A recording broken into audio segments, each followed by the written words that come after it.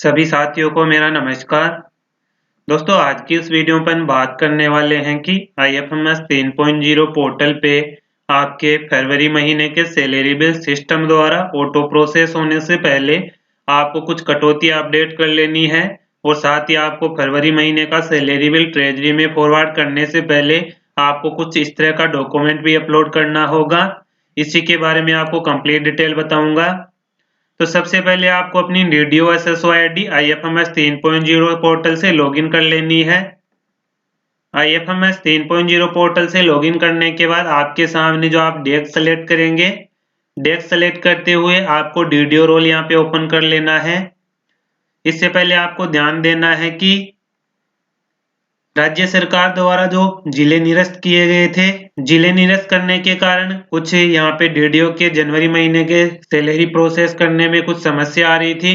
उसके बारे में मैंने ऑलरेडी एक वीडियो बना रखा है कि अगर आपके पोस्ट एलोकेशन डी एलोकेशन नहीं हुआ है तो आप किस तरह करें, उसके अनुसार आप कर लेंगे। आज अपन बात करेंगे फरवरी महीने के सैलरी बिल के बारे में। तो आप यहाँ पे DDO रोल ओपन करेंगे, आप यहाँ पे एम्प्लॉय मैनेजमेंट पे क्लिक करेंगे। एम्प्लॉय मैनेजमेंट पे क्लिक करने के बाद सबसे पहले आपको ध्यान देना है कि आपको जो ये काम करना है वो आपके फरवरी महीने के सैलरी बिल सिस्टम द्वारा ऑटो प्रोसेस होने से पहले करना है। अगर आपके फरवरी महीने के सैलरी बिल प्रोसेस हो गए हैं तो आप उन्हें रिवर्ट कर लेंगे। उसके बाद देख रहे हैं सबसे पहले तो आपको जो आपके वित्त वर्ष का यहाँ पे अंतिम महीना चल रहा है, क्योंकि फरवरी महीने में अपन आयकर गणना प्रपत्र के अनुसार सभी कर्मचारियों के इनकम टैक्स की गणना करके उन कर्मचारियों के इनकम टैक्स की कटौती कम और ज्यादा फरवरी महीने में करते हैं। तो इसके लिए सबसे पहले देख रहे हैं आपको सैंक्शन का ऑप्शन मिलेगा। सैंक्शन में आपको यहाँ पे देख रहे हैं सैलरी सैंक्शन का ऑप्शन मिलेगा। सैलरी सैंक्शन में आपको यहाँ पे इंडिविजुअल और साथ ही ब्लॉक के ऑप्शन मिलेंगे, जहां से आप यहाँ पे अलाउंस और डिडक्शन अपडेट कर सकते हैं। तो विशेष रूप से तो आपको यहाँ पे फरवरी महीने में इनकम टैक्स की कटौती का ध्यान रखना है, क्योंकि कर्मचारियों ने आपको आयकर गणना प्रपत्र जो वेतन रहा है वो कैलकुलेट करके आपको दिया होगा, उसके अनुसार आपको फरवरी महीने में इनकम टैक्स की कटौती ऐड करनी है। तो इनकम टैक्स की कटौती ऐड और अपडेट करने के लिए अगर आपको इनकम टैक्स की कटौती चेंज करनी है तो वो भी देख रहे हैं, यहाँ पे आपको मिलेगा डिडक्शन सैंक्शन इंडिविजुअल ऑप्शन मिलेगा। आप यहाँ पे डिडक्शन सैंक्शन इंडिविजुअल वाले पे क्लिक करेंगे। इस पे क्लिक करने के बाद यहाँ पे देख रहे हैं आपको सभी कर्मचारियों के नेम मिलेंगे जिनके भी आपके सैलरी बिल प्रोसेस होते हैं। आप उस कर्मचारी के नेम के सामने देख रहे हैं यहाँ पे आपको इनिशिएट का ऑप्शन मिलेगा। इनिशिएट पे क्लिक करके देख रहे हैं यहाँ पे आपको डिडक्शन मिलेगी, जो भी डिडक्शन होती है RGHS की डिडक्शन, SI लोन की डिडक्शन। अगर आप किसी कर्मचारी के SI लोन की डिडक्शन कम ज्यादा करना चाहते हैं तो यहाँ पे पेंसिल के निशान पे क्लिक करके कर सकते हैं। अगर आपको SI लोन की कटौती हटानी है तो आप यहाँ पे डिलीट पे क्लिक करके SI लोन की कटौती हटा सकते हैं। साथ ही आपको SI लोन की कटौती ऐड करनी है तो आप यहाँ पे ऐड डिडक्शन पे जाके देख रहे हैं, यहाँ से ऐड कर सकते हैं।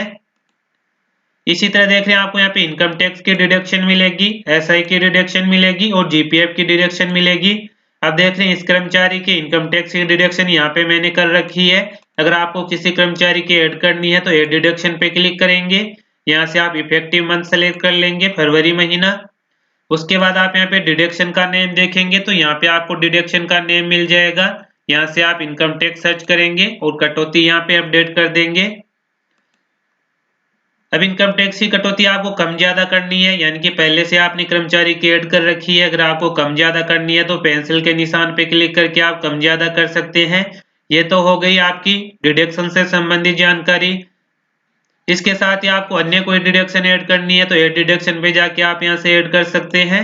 अब आपको किसी कर्मचारी के अलाउंस में अपडेट करना है तो यहाँ पे आपको मिलेगा अलाउंस सैंक्शन इंडिविजुअल। इस पे क्लिक करके आप कर्मचारी की बेसिक DA HRA में अपडेट कर सकते हैं।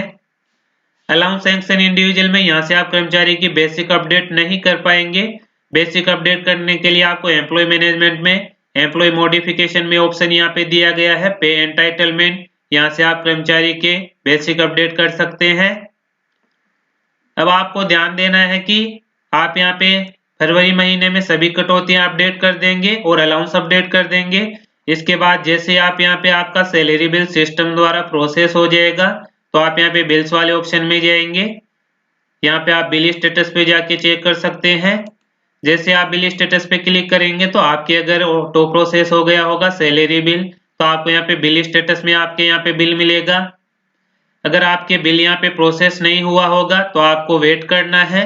उसके बाद देख रहे हैं आपको सैलरी बिल वाले ऑप्शन में जाके यहाँ पे ऑटो सैलरी प्रोसेस में जाके यहाँ से आप सेलेक्ट करेंगे फाइनेंशियल ईयर, मंथ सेलेक्ट करेंगे और यहाँ से ग्रुप सेलेक्ट करके आप अपना सैलरी बिल है ट्रेजरी में फॉरवर्ड कर देंगे।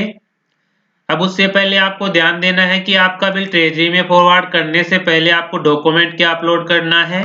तो आपको फरवरी महीने के सैलरी बिल के साथ जो डॉक्यूमेंट अपलोड करना है वो करना है इनकम टैक्स सर्टिफिकेट यानी कि आयकर कटौती प्रमाण पत्र का एक आपको प्रमाण पत्र अपलोड करना है।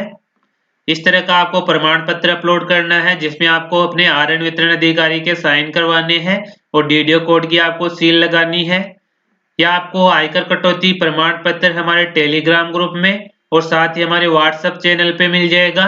आप हमारा टेलीग्राम ग्रुप और व्हाट्सएप चैनल ज्वाइन कर लीजिए।